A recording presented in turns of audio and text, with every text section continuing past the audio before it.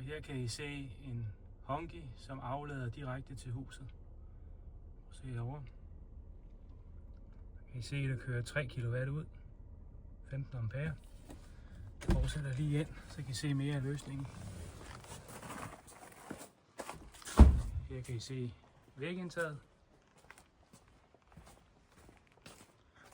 Og I ser, den lyser lilla, så den aftager strømmen. Fortsætter ind her.